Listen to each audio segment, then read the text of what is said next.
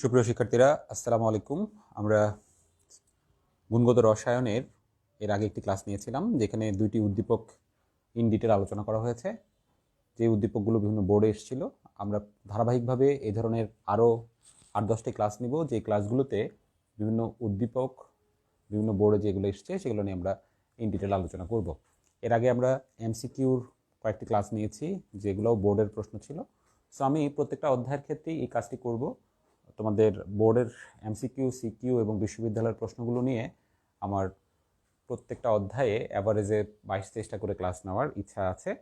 তোমাদের কাজ হচ্ছে ক্লাসগুলো ভালো করে ফলো করা, এবং এখান থেকে যদি কোনো কিছু বুঝতে প্রবলেম হয় তাহলে সেগুলো পরবর্তীতে জিজ্ঞেস করা। তোমরা যদি অ্যাক্টিভ হও তাহলে আমি ক্লাসগুলো প্রতিনিয়তই নেওয়ার চেষ্টা করব। তো ঠিক আছে, কথা না বাড়িয়ে আলোচনায় চলে যাই। আমাদের আজকের প্রথম উদ্দীপকটি আলোচনার আগে ক এবং খ এর প্রশ্নটি দেখে নেই। আয়নিক গুণফল কি? আয়নিক গুণফল এবং দ্রাব্যতা গুণফল এই দুইটি জিনিসই কিন্তু সেম প্রকাশের দিক থেকে, কিন্তু পার্থক্য আছে, কিন্তু প্রকাশের দিক থেকে সেম। আমি একটু বিষয়টি ব্যাখ্যা দিই, তাহলে তোমাদের বুঝতে সুবিধা হবে। লিখে ব্যাখ্যা দিচ্ছি, খেয়াল করো। ধরো আমি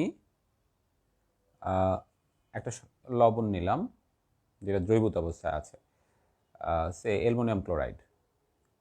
এখন এই অ্যালুমিনিয়াম ক্লোরাইড, এখান থেকে অ্যালুমিনিয়াম আয়ন উৎপন্ন হয় এবং ক্লোরাইড আয়ন উৎপন্ন হয়। এটা তোমরা জানো যে অ্যালুমিনিয়াম ক্লোরাইড থেকে অ্যালুমিনিয়াম আয়ন একটা আর 3টা ক্লোরাইড আয়ন উৎপন্ন হয়। তাহলে এখন এটার দ্রাব্যতা গুণফলের সমীকরণটা হবে K of SP equal to aluminium ion এবং ক্লোরাইড আয়নের ঘনমাত্রাকে থার্ড ব্র্যাকেট দিয়ে দেখানো হয়, ঘনমাত্রার যথোপযুক্ত ঘাত সহ। যথোপযুক্ত ঘাত মানে পাওয়ার, এটা ছিল 1, তার মানে এখানে 1, এটা ছিল 3, তার মানে এখানে 3। তাহলে কোনো লবণ থেকে দ্রবণে উৎপন্ন আয়নসমূহের যথোপযুক্ত ঘাতসহ মোলার ঘনমাত্রার গুণফলকে, মোলার ঘনমাত্রার অ্যাকচুয়ালি সর্বোচ্চ গুণফল, মোলার ঘনমাত্রার সর্বোচ্চ গুণফলকেই তাকে দ্রাব্যতা গুণফল বলে, আবার তাকে আয়নিক গুণফল বলে। খেয়াল করো, তার মানে আয়নিক গুণফলের ক্ষেত্রে আমরা সেম ভাবেই প্রকাশ করব। এখন তুমি বলতে পারো স্যার, তাহলে পার্থক্যটা কোন জায়গায়? দুইটাই যদি মোলার ঘনমাত্রার যথোপযুক্ত ঘাত সহ সর্বোচ্চ গুণফল হয়, তাহলে পার্থক্যটা কোন জায়গায়?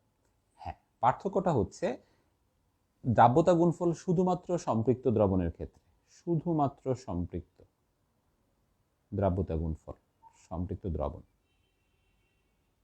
কিন্তু আয়নিক গুণফল যেটা, সেটা কিন্তু যে কোনো দ্রবণ, অর্থাৎ এটা হতে পারে সম্পৃক্ত, হতে পারে অসম্পৃক্ত, হতে পারে অতিপৃক্ত। এটি হচ্ছে মেইন পার্থক্য আয়নিক গুণফল এবং দ্রাব্যতা গুণফলের মাঝে। তাহলে সম্পৃক্ত দ্রবণের আয়নিক গুণফলকে দ্রাব্যতা গুণফল বলা যেতে পারে, কারণ সম্পৃক্ত তো এখানেও আছে ওইখানেও আছে। তার মানে সকল দ্রাব্যতা গুণফলই এক ধরনের আয়নিক গুণফল, কিন্তু সকল আয়নিক গুণফল, যেমন ধরো অসম্পৃক্ত কিংবা অতিপৃক্ত, তারা কিন্তু দ্রাব্যতা গুণফল নয়। আশা করি বুঝতে পেরেছ। তাহলে আয়নিক গুণফল কি? কোনো লবণের দ্রবণে উৎপন্ন আয়নসমূহের মোলার ঘনমাত্রার যথোপযুক্ত ঘাত সহ সর্বোচ্চ গুণফলকে তার আয়নিক গুণফল বলে। ওকে, এবার আমরা পরের প্রশ্নটাতে চলে যাই, দেখি কি আছে। ক্যালসিয়াম কার্বনেটের দ্রাব্যতা গুণফল 8.7 × 10⁻⁻9 বলতে কি বোঝায়? এটি আসলে খুব ছোট প্রশ্ন। দ্রাব্যতা গুণাঙ্ক এত বলতে কি বোঝায়? দেখো, যেহেতু এটা অনুধাবনে এসছে, তাহলে দ্রাব্যতা গুণাঙ্ক আর দ্রাব্যতা গুণফল একই কথা। সেই সংজ্ঞাটি আগে দিয়ে নিবে, দিয়ে নেওয়ার পর তারপরে তুমি এভাবে ক্যালসিয়াম কার্বনেটকে ভেঙে লিখবে। ভেঙে লিখলে এখানে আমরা কি পাবো? ক্যালসিয়াম আয়ন পাবো এবং সালফেট আয়ন পাবো। তারপরে তুমি এখানে চাইলে এভাবে লিখতে পারো এস এস এস। সুতরাং K of SP of calcium carbonate equal to হচ্ছে ক্যালসিয়াম আয়নের মোলার ঘনমাত্রা এবং সালফেট আয়নের মোলার ঘনমাত্রা। যেহেতু সহগ 1 তাই পাওয়ার 1। তাহলে এবার তুমি বলতে পারো যে ক্যালসিয়াম কার্বনেট কোনো নির্দিষ্ট দ্রাবকে দ্রবীভূত করলে সেখান থেকে ক্যালসিয়াম আয়ন এবং সালফেট আয়ন উৎপন্ন হয়। এক্ষেত্রে ক্যালসিয়াম কার্বনেটের সম্পৃক্ত দ্রবণ থেকে উৎপন্ন ক্যালসিয়াম আয়ন এবং সালফেট আয়নের মোলার ঘনমাত্রার যথোপযুক্ত ঘাতসহ গুণফলকেই ক্যালসিয়াম কার্বনেটের দ্রাব্যতা গুণফল বলে। মনে রাখবা, এক্ষেত্রে দ্রাব্যতা গুণফল বলার সময় অবশ্যই নির্দিষ্ট তাপমাত্রা কথাটি বলবে, কেননা তাপমাত্রার পরিবর্তনের সাথে দ্রাব্যতা চেঞ্জ হয়ে যেতে পারে, কোনো দ্রবণের দ্রাব্যতা চেঞ্জ হয়ে যেতে পারে। তো দ্রাব্যতা যেহেতু চেঞ্জ হয়ে যেতে পারে, সেই জন্য দ্রাব্যতা গুণফলটিও চেঞ্জ হয়ে যেতে পারে। তাই দ্রাব্যতা গুণফলের ক্ষেত্রে অবশ্যই নির্দিষ্ট তাপমাত্রায় এই কথাটি মেনশন করতে হবে। নির্দিষ্ট তাপমাত্রায় কোনো লবণের সম্পৃক্ত দ্রবণ থেকে উৎপন্ন ক্যাটায়ন এবং অ্যানায়নের যথোপযুক্ত ঘাতসহ মোলার ঘনমাত্রার সর্বোচ্চ গুণফলকেই ওই তাপমাত্রায় ওই দ্রাবকে লবণটির বা দ্রবটির দ্রাব্যতা গুণাঙ্ক বা দ্রাব্যতা গুণফল বলা হয়ে থাকে। ওকে, দুঃখিত। এরপরে দেখো, গয়ের প্রশ্ন উদ্দীপকের সাথে সম্পর্কিত। আমরা চলে যাচ্ছি গয়ের প্রশ্নে। উদ্দীপকের A+2 এবং B+2 আয়নদ্বয়কে একই বিকারক দ্বারা কিভাবে শনাক্ত করা যায়? তার মানে আগে তোমাকে A+2 এবং B+2 শনাক্ত করতে হবে। এখানে অবশ্য ইজি করে দিয়েছে। A এবং B বলেছে 29 এবং 30, তার মানে A হচ্ছে কপার, B হচ্ছে জিঙ্ক। তাহলে তোমার এখানে আসলে সিম্পলি প্রথমে তোমাকে এখানে কপার লিখতে হবে, কপার +2, আর এখানে উৎপাদটা কপার দিয়ে লিখতে হবে, টেট্রামিন কপার +2 আয়ন, এভাবে লিখতে হবে। একইভাবে এখানে জিঙ্ক +2 লিখতে হবে, লেখার পরে এখানে লিখতে হবে টেট্রামিন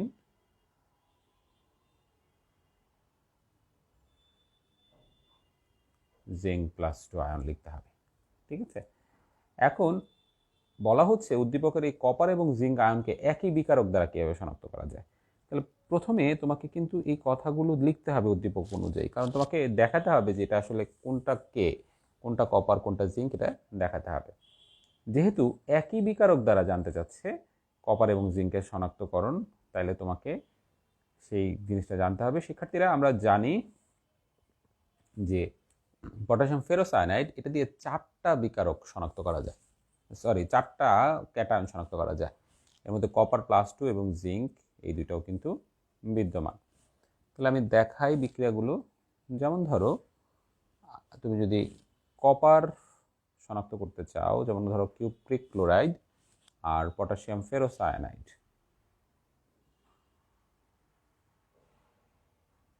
দিলে এখানে যেটা হবে, 4টা পটাশিয়ামের টোটাল জারণ মান হচ্ছে +4, প্রতিটা কপারের জারণ মান হচ্ছে +2, তার মানে 2টা কপার এখানে আসবে 4টা কপারকে প্রতিস্থাপন করে।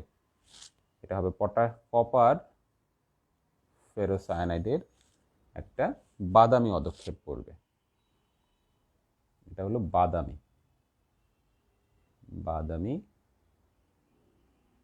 অদক্ষেপ।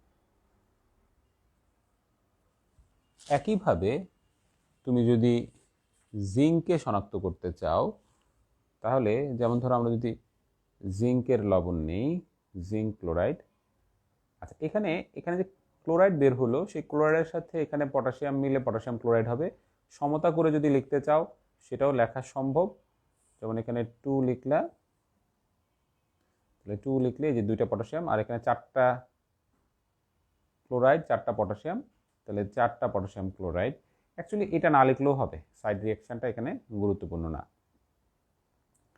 তো জিঙ্ক ক্লোরাইডের ক্ষেত্রেও আমরা সে একই ধরনের একটা বিক্রিয়া দেখতে পাই, কারণ দুইটারই জারণ মান কি সেম যেহেতু জারণ মান, তাই একই ধরনের ঘটনাই ঘটবে। এখানেও পটাশিয়াম ফেরোসায়ানাইডের সাথে সে বিক্রিয়ায় পার্টিসিপেট করে জিঙ্ক ফেরোসায়ানাইড তৈরি করবে, এবং এই ক্ষেত্রে এটি একটি সাদা অদক্ষেপ দিবে। অদক্ষেপ বোঝানোর জন্য আমরা ডাউন অ্যারো এই চিহ্নটি দিতে পারি। তাহলে এখানে কি হবে, সাদা। ঠিক আছে, সাদা অদক্ষেপ। তাহলে একই বিকারক দ্বারা আমাদের দুইটি শনাক্তকরণ হয়ে গেল। প্রাসঙ্গিকভাবে বলে রাখি, এই পটাশিয়াম ফেরোসায়ানাইড কিন্তু ফেরাস এবং ফেরিকের ক্ষেত্রেও আমরা ব্যবহার করতে পারি। ওকে, ফেরাস ফেরিকের ক্ষেত্রে কিরকম দেখো, ধরো ফেরাসের কোনো লবণ, ধরো ফেরাস ক্লোরাইড, এটার সাথে যদি পটাশিয়াম ফেরোসায়ানাইড দিই আমরা, তাহলে কি হবে, দিলাম পটাশিয়াম ফেরোসায়ানাইড, এই ক্ষেত্রে K2Fe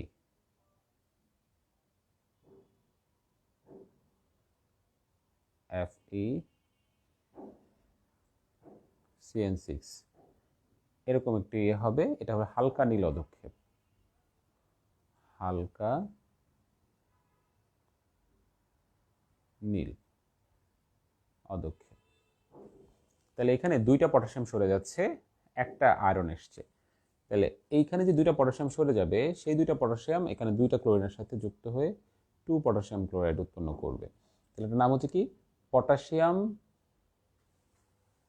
এটা হচ্ছে ফেরোসায়ানাইড, পটাশিয়াম ফেরোসায়ানাইড। ঠিক আছে, ক্লিয়ার? অথবা এটাকে আইউপ্যাক সিস্টেমে নামকরণ করলে পটাশিয়াম আয়রন 2 হেক্সাসায়ানো ফেরেট 2। এটা জটিল যৌগের নামকরণ, তৃতীয় অধ্যায়ের মধ্যে আছে, সেখান থেকে আমরা জানতে পারি। হ্যাঁ, তাহলে পটাশিয়াম আয়রন 2, এখানে যেহেতু দুই ধরনের জারণ মানের ক্যাটায়ন আছে, তাহলে যেটা নিম্ন জারণ মান সেটা আগে বলতে হবে, পটাশিয়ামের +1, আয়রনের +2, তাই এটার নাম হবে পটাশিয়াম আয়রন 2 হেক্সাসায়ানো ফেরেট 2। এটার হালকা নীল অদক্ষেপ আমরা পেতে পারি। যদি ফেরিক ইউজ করা হয় মূল লবণে, তাহলেও পটাশিয়াম ফেরোসায়ানাইডের সাথে সে বিক্রিয়ায় অংশগ্রহণ করতে পারে। তাহলে একই বিকারক দ্বারা 4টি ক্যাটায়নকে শনাক্ত করা যায়। এক্ষেত্রে এটা হচ্ছে পটাশিয়াম আয়রন 3 হেক্সাসায়ানো ফেরেট 2, এটা হবে গাঢ় নীল অদক্ষেপ, গাঢ় নীল অদক্ষেপ হবে। ঠিক আছে, তাহলে এইভাবে আমরা দেখো, এখান থেকে 3টা পটাশিয়াম বের হয়েছে, এখানে 3টা ক্লোরিন আছে, সেটা মিলে 3টা পটাশিয়াম ক্লোরাইড হতে পারে, এটা সাইড বিক্রিয়া। তাহলে এখানে দেখো একটা ইন্টারেস্টিং বিষয় আছে, এই আয়রনের ক্ষেত্রে এখানে আয়রনের জারণ মান হচ্ছে +2 আর এখানে +3। মনে রাখবা যে বিকারক এবং ক্যাটায়নের মধ্যে আয়রনের যখন ক্রস জারণ মান থাকবে, অর্থাৎ একটা 2 একটা 3, তখন উৎপাদটা কিন্তু গাঢ় নীল অদক্ষেপ হয়। একইভাবে পটাশিয়াম ফেরিসায়ানাইডের সাথে ফেরাস ক্লোরাইডের যদি বিক্রিয়া করো, তাহলে ফেরিসায়ানাইডে আয়রন হচ্ছে +3 আর ফেরাস ক্লোরাইডে আয়রন হচ্ছে +2, তখনও কিন্তু গাঢ় নীল অদক্ষেপ পাওয়া যায়। ঠিক আছে, এটাকে আমি বলি ক্রস করে। হ্যাঁ, এক পাশে ফেরিক এক পাশে ফেরাস, এভাবে থাকলে গাঢ় নীল অদক্ষেপ পাওয়া যেতে পারে। তো যাই হোক, এভাবে আমরা পটাশিয়াম ফেরোসায়ানাইড দিয়ে আসলে 4টি যৌগের শনাক্ত করতে পারি, 4টি ক্যাটায়নের শনাক্ত করতে পারি। ওকে, এবার ঘয়ের প্রশ্নটা দেখি। হিলিয়াম আয়নের বহিস্থ ইলেকট্রনটি চতুর্থ শক্তিস্তর থেকে ধাপান্তরিত হলে যদি বর্ণালীতে লাইম্যান সারির রেখা সৃষ্টি করে, তাহলে চতুর্থ হিলিয়াম +1 থেকে এটা কি করছে, চতুর্থ শক্তিস্তর থেকে ধাপান্তরিত হয়ে যদি লাইম্যান সারির রেখা সৃষ্টি করে, শিক্ষার্থীরা এখানে একটু একটা প্রবলেম আছে প্রশ্নটার মধ্যে। এখানে হিলিয়াম +1 বলেছে, আসলে আমরা যে লাইম্যান বামার সিরিজগুলো বলি, এটা কিন্তু হাইড্রোজেনের জন্য বলে থাকি, কারণ সেখানে ধাপান্তরের ক্ষেত্রে 1 নম্বর কক্ষপথে ফিরে আসলে সেটা ইউভি অঞ্চলের তরঙ্গ দৈর্ঘ্য পাওয়া যায়, সেই ক্ষেত্রে একটা লাইম্যান সিরিজ বলি। এখন তুমি যদি হিলিয়ামের ক্ষেত্রেও সেটা বলতে চাও যে 1 নম্বরে ফিরে আসাটাকে লাইম্যান সিরিজ, সেটা ঠিক আছে, আমি তর্কের খাতিরে ধরে নিলাম যে একই ধরা হচ্ছে, যে লাইম্যান সিরিজ মানে 1 নম্বর কক্ষপথ। কিন্তু মনে রাখবে যে হাইড্রোজেনের জন্য আমার যেই রকম ইউভি ভিজিবল আইআর এর একটা রেঞ্জ পাওয়া যায়, হিলিয়াম প্লাস ওয়ানের জন্য কিন্তু সেম রেঞ্জ পাওয়া যাবে না, কারণ হাইড্রোজেনের জন্য জেড হলো 1, হিলিয়াম প্লাস ওয়ানের জন্য কিন্তু জেড 2। কাজেই মূল যে সূত্রটার মধ্যে আমার একটা টার্ম আছে জেড স্কোয়ার, সেই জেড স্কোয়ারের কারণে আমার তরঙ্গদৈর্ঘ্যের রেঞ্জগুলো সেম হবে না। এখন লাইম্যান সিরিজ যদি এককে ধরে নাও সেটা ধরা যেতে পারে, কারণ হাইড্রোজেনের ক্ষেত্রে আমরা লাইম্যান সিরিজ বলতে 1 নম্বর কক্ষপথে ফিরে আসাকে বোঝাই। এখন মূল বিষয়টা খেয়াল করি, আসলে প্রশ্নে কি জানতে যাচ্ছে। প্রশ্নে জানতে চাচ্ছে যে হিলিয়াম আয়নের বহিস্থ ইলেকট্রনটি চতুর্থ শক্তিস্তর থেকে ধামান্তরিত হয়ে যদি বর্ণালীতে লাইম্যান সারির অর্থাৎ প্রথম কক্ষপথে রেখা সৃষ্টি করে, তাহলে তরঙ্গ সংখ্যা এবং তরঙ্গ দৈর্ঘ্য। তার মানে প্রশ্নে লাইম্যান সারি বলতে এক্ষেত্রে প্রথম কক্ষপথে যে ফিরে আসে সেটিকে মিন করছে। তাহলে আমরা এটি কীভাবে করব?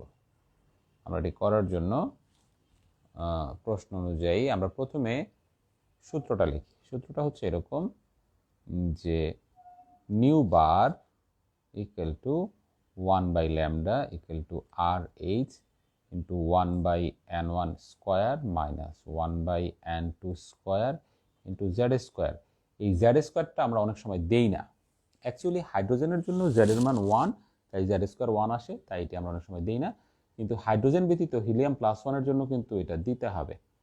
তাহলে হিলিয়াম প্লাস ওয়ানের ক্ষেত্রে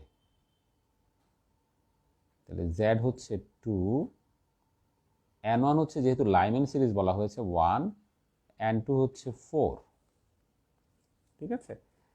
আর RH হচ্ছে 1096780 1096780 পার মিটার। তাহলে এখন এখানে আমার প্রশ্নে অ্যাকচুয়ালি কি চাচ্ছে? প্রশ্নে আমরা দেখতে পাচ্ছি যে তরঙ্গ সংখ্যা এবং তরঙ্গ দৈর্ঘ্য চাচ্ছে, তার মানে নিউ বার আর হচ্ছে ল্যামডা যাচ্ছে। ব্যাস, তাহলে এখন অঙ্ক করলেই বের হয়ে যাবে। সুতরাং নিউ বার ইকুয়াল টু হচ্ছে 1096780 1/1 square minus 1/2 square into 2 square. এটি হচ্ছে আমার অঙ্কটি, ঠিক আছে। খুবই সংক্ষেপে আমরা অঙ্কটি এখানে করে ফেলতে পারি। তোমরা নিশ্চয়ই বুঝতে পারছো যে লাইম্যান বলার কারণে আমি এখানে n1 এর মান 1 দিয়েছি। আর এই অঙ্কগুলো করার সময় তোমরা n1 n2 এর মধ্যে যেই মানটা ছোট সেটাকে 1, যে মানটা বড় সেটাকে 2 দিও। যেমন n2 দিয়েছি 4, n1 দিয়েছি 1, তাহলে আর কনফিউশন অ্যারাইজ করে না। হ্যাঁ, এইভাবে সংক্ষেপে আমরা চাইলে করতে পারি। এখন এটি ক্যালকুলেটরে চাপ দিলে আমরা যে মানটি পাই সেটি হচ্ছে তরঙ্গ সংখ্যার মানটি আসে 329034 পার সেন্টিমিটার। তাহলে তরঙ্গ দৈর্ঘ্য আসবে এটার বিপরীত রাশি, না সরি, এটা পার মিটার হবে, আমি তো এটা এসআই এককে করেছি, পার মিটার। তাহলে ল্যামডার মানটা আসবে কি, এটার বিপরীত রাশি 3.0392। দশমিকের পরে কেউ কেউ 2 ঘর নেয়, কেউ 3 ঘর, কেউ 4 ঘর নেয়। আসলে সায়েন্টিফিক মেথডে আমরা সাধারণত দশমিকের পরে 4 ঘর নেই, তবে ইন্টারমিডিয়েটে 2 ঘর 3 ঘর নিলেও স্যাররা এটাতে দেখা যায় নাম্বার কাটেন না। এখন একটা মিটারে আছে, তুমি চাইলে এটাকে ন্যানোমিটারে নিতে পারো। সাধারণত এই মানগুলো ছোট হওয়ার কারণে আমরা ন্যানোমিটারে নিয়ে থাকি। তাহলে 3039.2 ন্যানোমিটার এটি আসে মানটি, ঠিক আছে। তাহলে এখন দেখো আমার কিন্তু এখানে একে ফিরে আসার পরে ইউভি অঞ্চলের তরঙ্গদৈর্ঘ্য সৃষ্টি হয়নি। যে কথাটা আমি প্রথমে বলতে চাচ্ছিলাম যে হাইড্রোজেনের ক্ষেত্রে যেটা আসবে হিলিয়ামের ক্ষেত্রে কিন্তু সেটা আসবে না, হিলিয়াম প্লাস ওয়ানের ক্ষেত্রে, কারণ এখানে জেড স্কোয়ার মানে হচ্ছে 4 হয়ে যাচ্ছে। তো 4 হয়ে যাওয়ার কারণেই প্রবলেমটা তৈরি হয়েছে। যদি এখানে 4 না হতো তাহলে কিন্তু এই মানটা কি হতো, 4 গুণ কম হতো, রাইট। তাহলে 4 গুণ কম হলে তখনকার যে ভ্যালুটা আসতো সেটাকে ল্যামডা করতে গেলে তখন এই ভ্যালুটা কিন্তু আমার কি হতো না, এরকম আসতো না, ঠিক আছে, বোঝা গেল। তার মানে এখান থেকে সামারি কথাটা হচ্ছে এরকম যে আমাদের হাইড্রোজেনের ক্ষেত্রে লাইম্যান বার্মার সিরিজের ক্ষেত্রে লাইম্যান সিরিজ ইউভি অঞ্চলে, বার্মার সিরিজ দৃশ্যমান অঞ্চলে এবং পরবর্তী সিরিজগুলো আইআর অঞ্চলে সৃষ্টি হয়।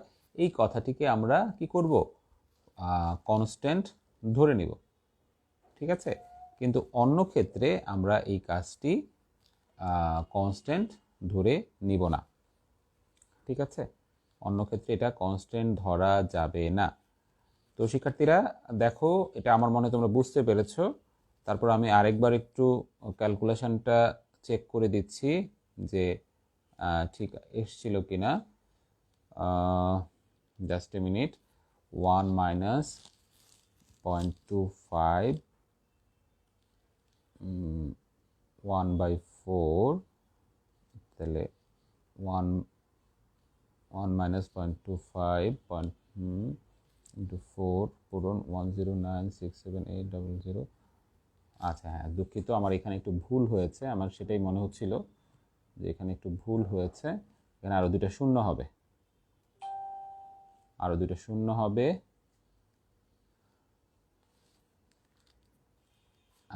1, এটা 8 হবে।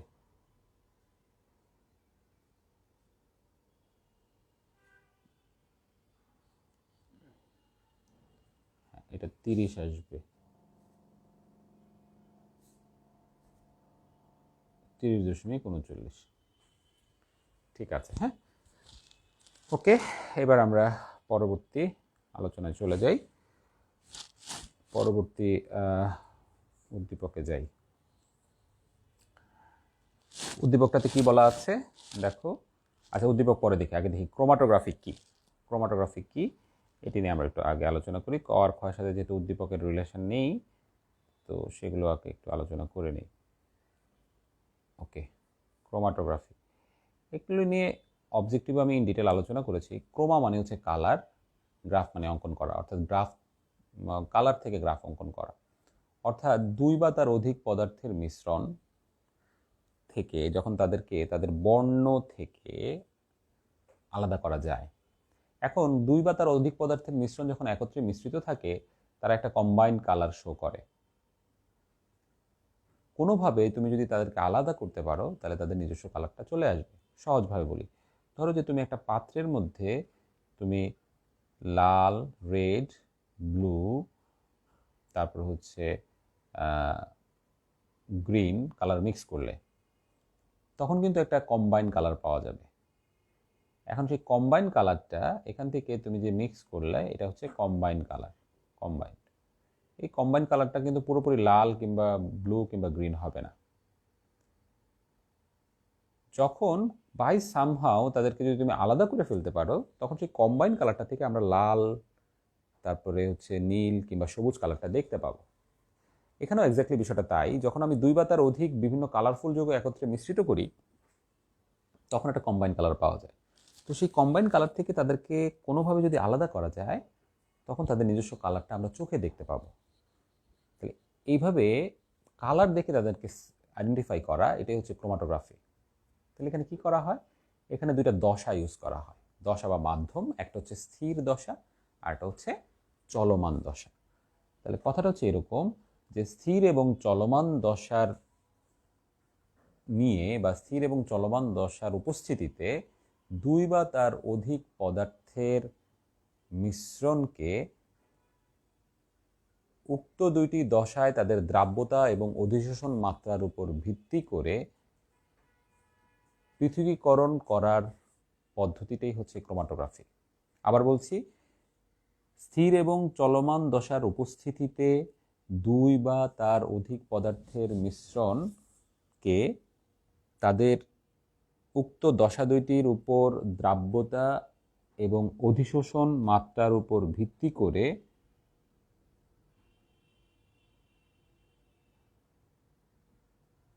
তাদের আলাদা আলাদা বর্ণ প্রদর্শন করে, তাদের আলাদা আলাদা বর্ণ দেখার মাধ্যমে পৃথক করার যে পদ্ধতি, সেটি হচ্ছে ক্রোমাটোগ্রাফি। সংজ্ঞাটা একটু বড় হয়ে যায়, কিন্তু বড় হলেও তুমি যদি তোমার নিজের ভাষায় সংজ্ঞাটিকে লেখো, কোনো সমস্যা নাই। সংজ্ঞার মধ্যে মনে রাখবে যেন মূল কথাগুলো আসে। মূল কথাগুলো হচ্ছে যে দুইটা দশা থাকবে এবং দশায় তাদের দ্রাব্যতা এবং অধিশোষণ মাত্রার উপর ভিত্তি করে পৃথকীকরণ করার যে পদ্ধতি। ঠিক আছে, তাহলে আবার বলছি, খেয়াল করো, স্থির এবং চলমান দশার উপস্থিতিতে দুই বা তার অধিক পদার্থের মিশ্রণকে তাদের দ্রাব্যতা এবং অধিশোষণ মাত্রার উপর ভিত্তি করে পৃথকীকরণ করার পদ্ধতিকেই ক্রোমাটোগ্রাফি বলে। এক্ষেত্রে পৃথকীকৃত পদার্থগুলো তাদের নিজ নিজ আলাদা বর্ণ প্রদর্শন করে। ওকে, 2 নম্বর প্রশ্ন, পানিতে একটি লবণের দ্রাব্যতা 20 এবং 50 ডিগ্রি সেলসিয়াস তাপমাত্রায় 20 এবং 50 ডিগ্রি সেলসিয়াস তাপমাত্রায় 18 এবং 170। লবণটির 150 গ্রাম সম্পৃক্ত দ্রবণকে 50 ডিগ্রি থেকে 20 ডিগ্রি তাপমাত্রা শীতল করলে কি পরিমাণ লবণ কালাসিত হয়? এটি কিন্তু একটু বড় প্রশ্ন। হ্যাঁ, এটি আসলে ক্ষয়ে আসে না, এটা তারা দিয়েছে, এটি সাধারণত গয়ে আসে, গ বা ঘয়ে আসে। খেয়াল করো, 20-এ দ্রাব্যতা হলো 18 আর 50-এ হলো 170, তার মানে তাপমাত্রা বৃদ্ধিতে দ্রাব্যতা বাড়লো। এখন তুমি এটাকে কি করেছো, 50 থেকে 20-এ ঠান্ডা করেছো। তাহলে 50 থেকে 20-এ ঠান্ডা করলে কি হবে? প্রথমে ছিল সম্পৃক্ত দ্রবণ, বলেছে এখানে সম্পৃক্ত দ্রবণ, সম্পৃক্ত দ্রবণটা পরে অতিপৃক্ত দ্রবণে কনভার্ট হবে। কারণ প্রথমে আমার 50 ডিগ্রিতে যে পরিমাণ এখানে লবণ ছিল, কারণ তার দ্রাব্যতা বেশি, 50 ডিগ্রিতে তার দ্রাব্যতা ছিল 170, 20 ডিগ্রিতে তার দ্রাব্যতা কম, তাহলে সে তো আগের মতো দ্রবীভূত হতে পারবে না। শিক্ষার্থীরা, আমার মনে হয় কথাটি তোমরা বুঝতে পারছো। তারপর আমি একটু চিত্র দিয়ে বোঝানোর চেষ্টা করি। দেখো, বিষয়টা হচ্ছে এরকম, আমি রাফ চিত্র আঁকি। এখানে আমার প্রশ্নে দুইটা তাপমাত্রা বলেছে, ধরো একটা হলো 20 ডিগ্রি তাপমাত্রা, একটা হলো 50 ডিগ্রি তাপমাত্রা। ধরো এটা 20 ডিগ্রি সেলসিয়াস, এটা হচ্ছে 50 ডিগ্রি সেলসিয়াস। এখন 50 ডিগ্রি সেলসিয়াস তাপমাত্রার ক্ষেত্রে আমার দ্রাব্যতা বেশি, তার মানে ধরো এখানে 10টা অণু দ্রবীভূত আছে, কেননা 50 ডিগ্রি সেলসিয়াস তাপমাত্রায় প্রশ্নে দ্রাব্যতা বলেছে 170, আর 20 ডিগ্রি তাপমাত্রায় দ্রাব্যতা প্রশ্নে বলেছে 18। তাহলে ধরো এখানে 4টা অণু দ্রবীভূত থাকে, এখানে 10টা, এখানে 4টা, কারণ দ্রাব্যতা কম। তাহলে তুমি 50 ডিগ্রি তাপমাত্রার কোনো একটা সম্পৃক্ত দ্রবণকে যখন ঠান্ডা করে 20 ডিগ্রিতে আনবা, ওই পদার্থটার দ্রবণ, তখন কি হবে? তখন তো এই যে এখানে 10টা দ্রবীভূত থাকতে পারে আর এখানে থাকতে পারে 4টা, তার মানে কথার কথা, তাহলে 6টা অণু কি হবে? নিচে তলানি পড়বে। তার মানে তাপমাত্রা কমানোর কারণে দ্রাব্যতা হ্রাস পেল। তাহলে যে সকল ক্ষেত্রে তাপমাত্রা বৃদ্ধিতে দ্রাব্যতা বাড়ে, এই যে দেখো তাপমাত্রা বৃদ্ধিতে দ্রাব্যতা বেড়েছে, 4 থেকে 10 হয়েছে, তাদের ক্ষেত্রে দ্রবণগুলো ঠান্ডা করলে সম্পৃক্ত দ্রবণটা অতিপৃক্ত হয়ে যেতে পারে। ওই যে তলানি পড়ছে, এই কারণে অতিপৃক্ত হতে পারে। সো এটা হলো একটা বেজ আইডিয়া দিলাম। এবার অঙ্কটা যদি আমরা করতে চাই, দেখো দ্রাব্যতার একটা সূত্র আছে এই ক্ষেত্রে, S = 100 m divided by m - m। তাহলে এক্ষেত্রে S হলো দ্রাব্যতা, তাহলে দ্রাব্যতা কত? দ্রাব্যতা দেওয়া আছে 20 ডিগ্রি তাপমাত্রার জন্য 18, আমি 20-এর জন্য করতেছি, হ্যাঁ, S20-20-এর জন্য 100 m, m হলো দ্রবের ভর। দ্রবের ভর কি দেওয়া আছে?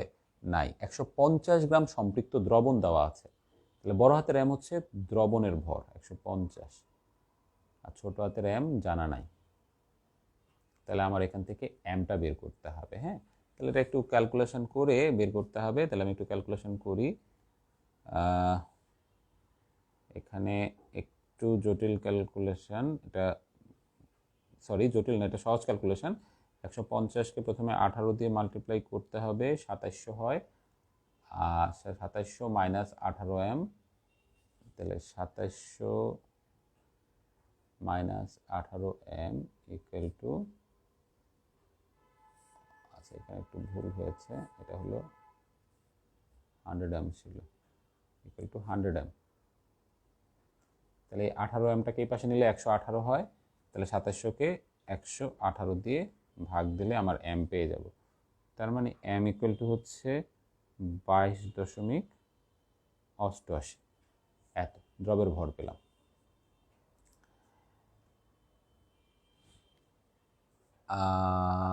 আচ্ছা শিক্ষার্থীরা, দুঃখিত, এখানে না একটা জিনিস আমি ভুল করে ফেলেছি। প্রশ্ন চেয়েছে কিন্তু 150 গ্রাম সম্পৃক্ত দ্রবণকে 50 ডিগ্রি থেকে 20 ডিগ্রিতে শীতল করলে, আমার তো 50 ডিগ্রি থেকে 20 ডিগ্রিতে শীতল করার কথা বলা হয়েছে। সো আমাকে যেতে হবে 50-এর সাপেক্ষে, হ্যাঁ, এইভাবে না, যেই তাপমাত্রা থেকে বলে সেই তাপমাত্রা থেকে স্টার্ট করতে হবে। আমি প্রশ্নটা ফার্স্টে খেয়াল করি নেই, 50-এরটা বের করতে হবে। তাহলে S50 equal to 100 m divided by m minus m। তাহলে S50 কত? S50-তে আমার ডাটা দেওয়া আছে 170 ইকুয়াল টু 150 গ্রাম দ্রবণ। তাহলে দ্রব কত আসে সেটা আমরা বের করব। হ্যাঁ, এই হচ্ছে আসলে বিষয়টা। তাহলে 170 পূরণ 150, এটা আসে 25,500, আর এটা আসে 170 m। তাহলে ওইটা ওই পাশে গেলে 270। আমি একবারে করতেছি, হ্যাঁ, এটা বাসায় তোমরা করতে পারবে।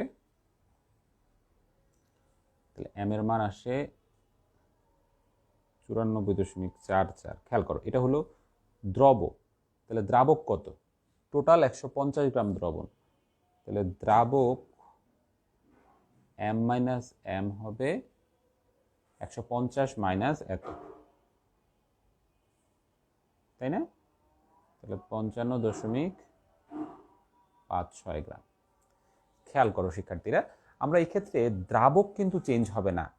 এটাকে তুমি ঠান্ডা করো গরম করো, দ্রাবকটা এখানে কি কনস্ট্যান্ট।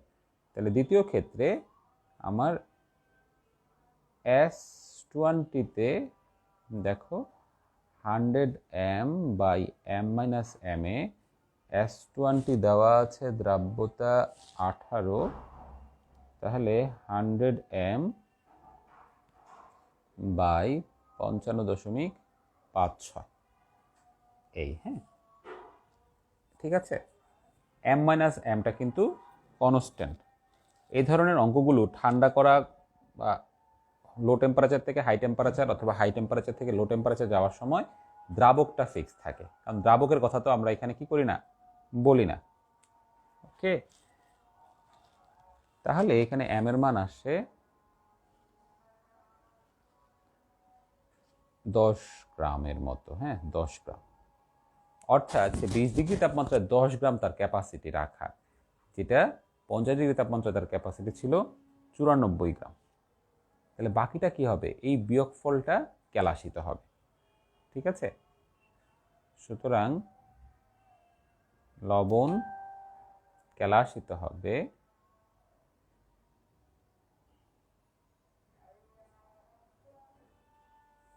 94.44 মাইনাস 10 গ্রাম বা 84.44 গ্রাম।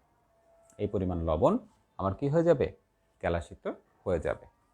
ঠিক আছে শিক্ষার্থীরা, আশা করি তোমরা সহজেই বুঝতে পারছো, খুব সহজ। হ্যাঁ, তোমাকে 50 থেকে 20-এ যেতে হবে। প্রশ্নে 50 থেকে 20 বলেছিল, কিন্তু 20 থেকে 50 বললে কি হতো? তাহলে কিন্তু 20-এর সম্পৃক্ত দ্রবণটা 50-এ গেলে অসম্পৃক্ত হয়ে যেত, কারণ 50-এ তো তার ধারণ ক্ষমতা কি বেশি, সেই কারণে। ওকে, বি যৌগটিতে কোন আয়ন উপস্থিত?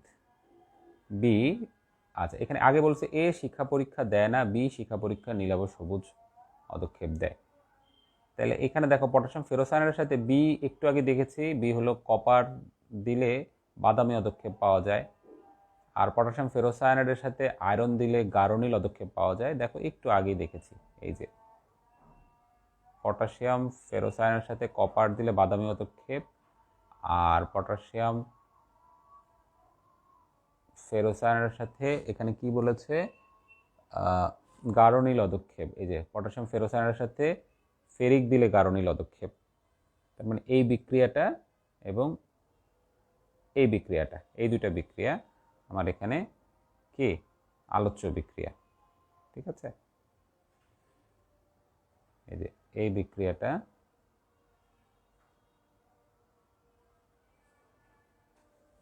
তাহলে আমরা বুঝতে পারছি। হ্যাঁ, এখন তাহলে এখানে অ্যাকচুয়ালি পটাশিয়াম ফেরোসায়ানাইডের সাথে যে গাঢ় নীল অদক্ষেপ, তাহলে এই যৌগটা আমরা পেয়ে গেলাম। এই যৌগটা হচ্ছে ফেরিক, মানে এর ক্যাটায়নটা ফেরিক আর বি এর ক্যাটায়নটা হচ্ছে কপার।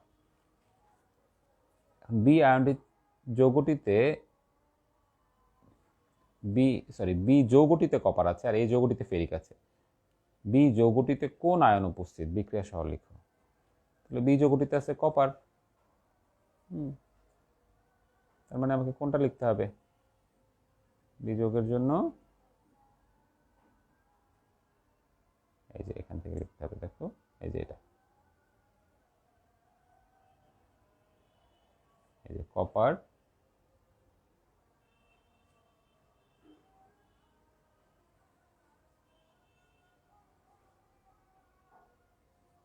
এটা লিখতে হবে। হ্যাঁ, এই লাইনটা আর এই লাইনটা লিখতে হবে বাদামি পদক্ষেপের জন্য। তো এটা আমরা আলোচনা করে ফেলেছি, তাই এখানে আর রিপিট করছি না। এর পরেরটাতে যাই। শিক্ষা পরীক্ষায় এ এবং বি এর ভিন্নতার কারণ কি? অর্থাৎ শিক্ষা পরীক্ষায় এতে কি আছে? ফেরিক, কিন্তু বিতে আছে কপার। কপার বাদামি পদক্ষেপ দেয় কেন? এই ভিন্নতার কারণ বিশ্লেষণ করো। এটা আসলে অত বড় প্রশ্ন না, কিন্তু এটা দিয়ে দিয়েছে। এখন কিছু করার নাই, অনেক সময় এরকম হয়ে যায় যে ছোট ছোট প্রশ্ন চারে দিয়ে দেয়। তাহলে আগে শিক্ষা পরীক্ষা কি সেটা বলতে হবে। তাহলে শিক্ষা পরীক্ষা কি? যখন বুনসেন বার্নারের নীলাভ শিখার মধ্যে বিভিন্ন ধরনের ধাতুর ক্যাটায়নকে রাখা হয়, তারা বিভিন্ন বৈশিষ্ট্যমূলক বর্ণ প্রদর্শন করে, যেমন সোডিয়াম সোনালী হলুদ, ক্যালসিয়াম ইটের মতো লাল, কপার নীলাভ সবুজ ইত্যাদি। এটি শিক্ষা পরীক্ষা বলে। এটি একটি শুষ্ক পরীক্ষা। এটা হচ্ছে প্রথমে তোমাকে বলতে হবে। এরপরে বলা হচ্ছে যে শিক্ষা পরীক্ষা এ এবং বি এর ভিন্নতার, অর্থাৎ এর ফেরিক কেন শিক্ষা পরীক্ষায় বর্ণ প্রদর্শন করে না আর বি এরটা কেন করে। বি হচ্ছে কে? বি এর মধ্যে আছে কপার। তাহলে আমরা একটু দেখি এটা কেন করে আর ওটা কেন করে না। এক্ষেত্রে আমরা একটা কমন আলোচনা করতে পারি। যেমন ধরো ফেরিকের ক্ষেত্রে আমরা বলতে পারি ফেরিকের ইলেকট্রন বিন্যাসটা হচ্ছে এরকম: 1s2 2s2 2p6 3s2 3p6 3d5। এটা হচ্ছে ফেরিকের ইলেকট্রন বিন্যাস। বলার পর তুমি বলতে পারো যে যেহেতু এখানে যোজ্যতা স্তরের ডিতে 5টি ইলেকট্রন আছে,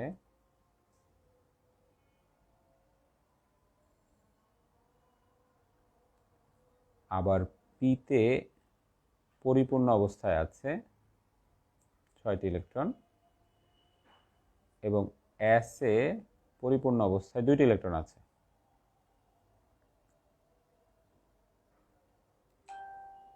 তাই এটি তুলনামূলক স্থিতিশীল একটি ইলেকট্রন বিন্যাস।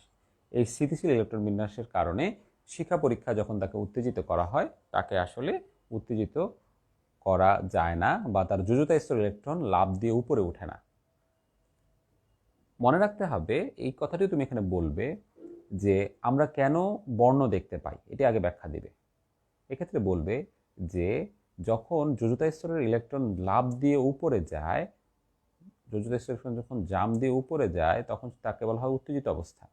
এই উত্তেজিত অবস্থার পরে সে কিছুক্ষণ পরে আবার সে শক্তি বিকিরণ করে। এই শক্তি বিকিরণ করার সময় আমরা তার একটি নির্দিষ্ট বর্ণ পাই, সেখান থেকে বর্ণালীর উৎপত্তি হয়। ঠিক আছে?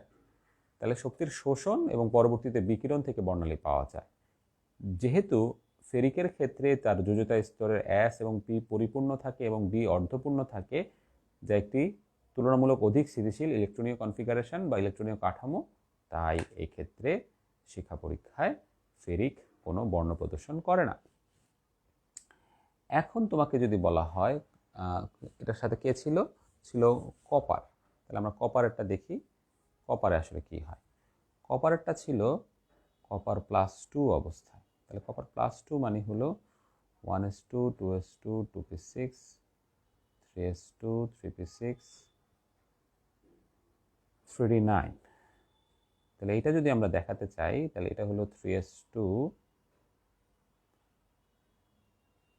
এটা হলো 3p6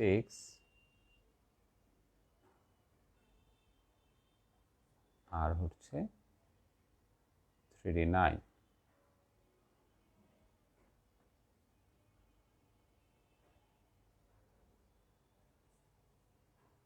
এখন তুমি এটা দেখে বলবা যে এক্ষেত্রে যোজ্যতা স্তরে 3D তে 9টি ইলেকট্রন আছে যা কোনো স্থিতিশীল ইলেকট্রনীয় কাঠামো না। যেহেতু 3d9 স্থিতিশীল ইলেকট্রনীয় কাঠামো না, তাই কপার আয়নের লবণকে উত্তেজিত করলে তার যোজ্যতা স্তরের ইলেকট্রন লাফ দিয়ে উপরের শক্তি স্তরে গমন করতে পারে। আর যখন সে উপরের শক্তি স্তরে গমন করে তখন সেটা তার উত্তেজিত অবস্থা থাকে, সেই উত্তেজিত অবস্থা থেকে সে যখন শক্তি ছেড়ে দিয়ে নিচে নেমে আসে তখন সে বৈশিষ্ট্যমূলক বর্ণ দেখায়। এই কারণে শিক্ষা পরীক্ষায় কপার +2 কি করতে পারে? বর্ণ প্রদর্শন করতে পারে, কিন্তু ফেরিক বর্ণ প্রদর্শন করে না। তো শিক্ষার্থীরা, এই ছিল আমাদের আজকের আলোচনা। কোনো প্রশ্ন থাকলে অবশ্যই পরে জিজ্ঞেস করবে। আসসালামু আলাইকুম।